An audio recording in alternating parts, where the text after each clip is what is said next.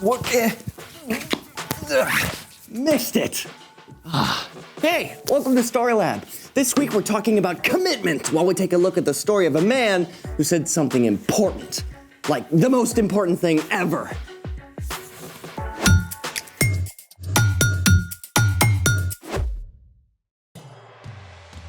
Hey, I'm Carter. And I'm Zeke. We're talking about commitment, which is making a plan and putting it into practice. Speaking of practice, I need to stay limber. Yeah. I'm getting tired just watching you.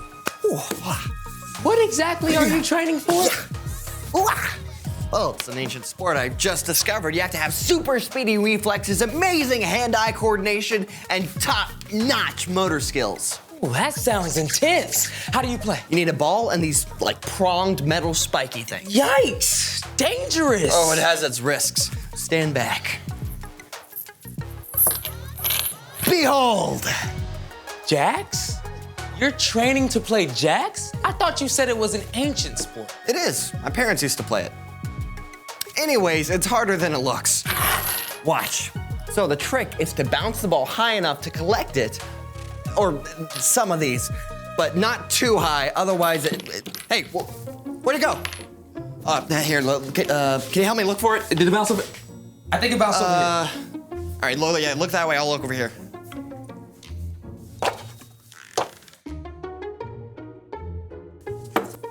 Oh, no. Where's the ball?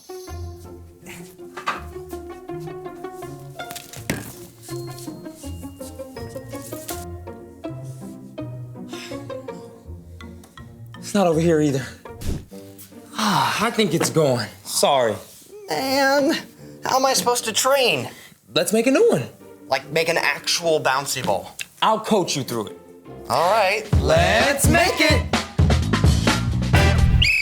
Today, we're gonna make a bouncy ball. What color do you want it to be, Zeke? Blue. No, red.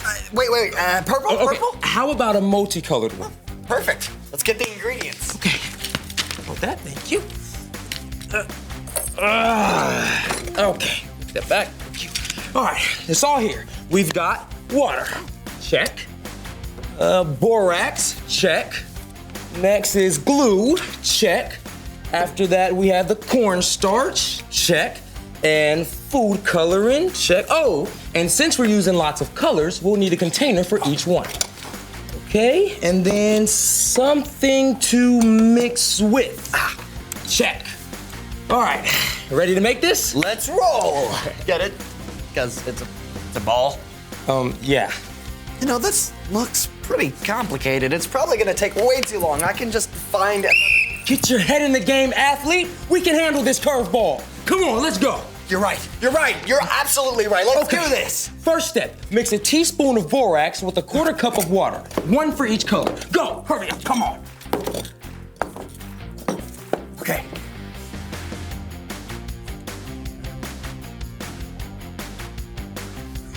Okay. Start.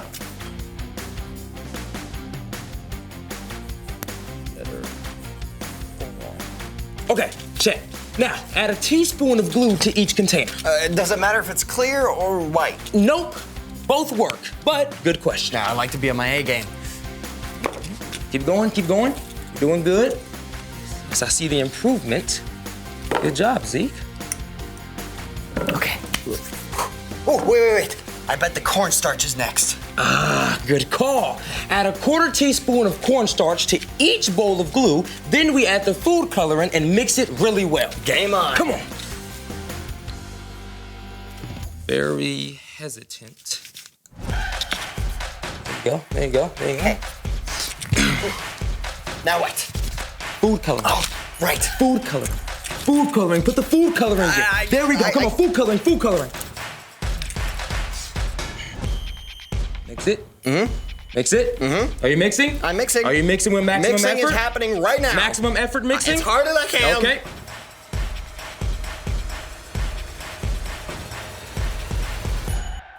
All right, you're done mixing. All right.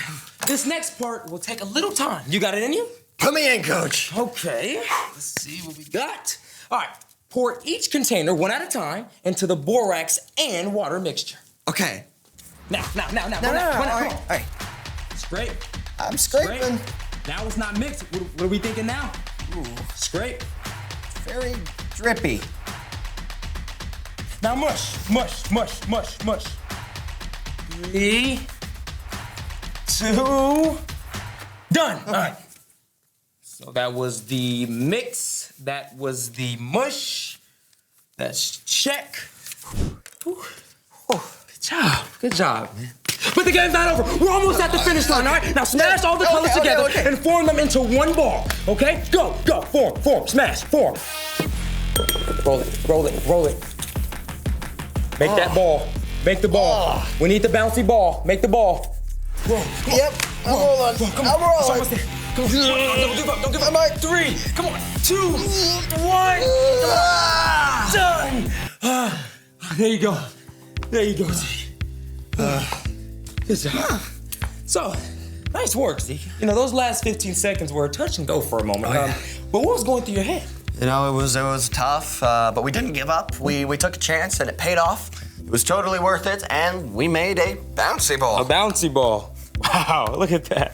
Well, you heard it here first, folks. Well said. Speaking of speaking, it's time for... The story before the story. Today, we're in the book of Matthew. Matthew is one of the 4 Gospels that tells about the life of Jesus. For 3 years, Jesus traveled from town to town, sharing about God's kingdom and healing people. As they traveled, Jesus' closest followers saw him do amazing things, like walk on water. Jesus took 2 fish and 5 loaves of bread and turned them into food for more than 5,000 people. He healed the sick and even brought a young girl back to life. It was clear Jesus was special, but everyone had a different idea about who Jesus really is. Which is where our story starts. Take it away. Hey everyone, I'm Erica. Just like us, Jesus needed space. One day he traveled north with his friends to the city of Caesarea Philippi, perhaps to be in a place where he wasn't known as well, and there would be fewer crowds. The town itself was named after the Roman ruler Caesar Augustus, who was considered a god, like all the other Caesars. Many people in that area worshipped other false gods too. Jesus knew about this. He also knew all the questions people were asking about him. So Jesus went to the heart of the matter by asking his closest friends an incredibly important question. Who do people say the Son of Man is? Hold on a second. Son of Man? What's that all about? Jesus was actually referring to a vision the prophet Daniel had about the Messiah. Daniel used the name Son of Man to describe the rescuer God would send. Jesus wanted to hear whether his closest friends believed he was the rescuer or Messiah. Some people are saying that you're John the Baptist. Or maybe Elijah. I've heard people say that you could even be Jeremiah or one of the other prophets. But what about you? Who do you say I am? Sure, Jesus' friends had seen him do incredible things. They had to be thinking, this is it.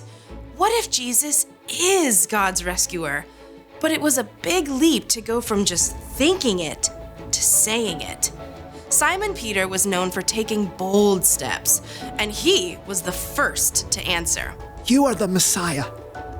You are the Son of the living God. Blessed are you, Simon. No mere human showed this to you. My Father in heaven showed it to you. Here's what I tell you. You are Peter. On this rock, I will build my church. Okay, this is some wordplay. See, the name Peter means rock, and to add to that, Caesarea Philippi was known for a large rock formation. So it's quite possible Jesus and his friends were looking at a giant solid rock. It was a word picture. In speaking up, Peter had shown how strong his faith was, and Jesus promised to build his entire future church on that faith. Now, Jesus knew not everyone was ready to hear that he is God's rescuer, so Jesus told his friends not to tell anyone that he is the Messiah. See, some people wanted Jesus to be a king to lead an uprising against the ruling Romans. That could have caused trouble with the Roman government. Jesus knew it wasn't time for that. For now, it was enough that Peter had been courageous to speak the truth about who Jesus is. The end. Peter was a pretty strong guy. Like a rock, clearly. Yep, Peter was all in. So, what's our part in the story?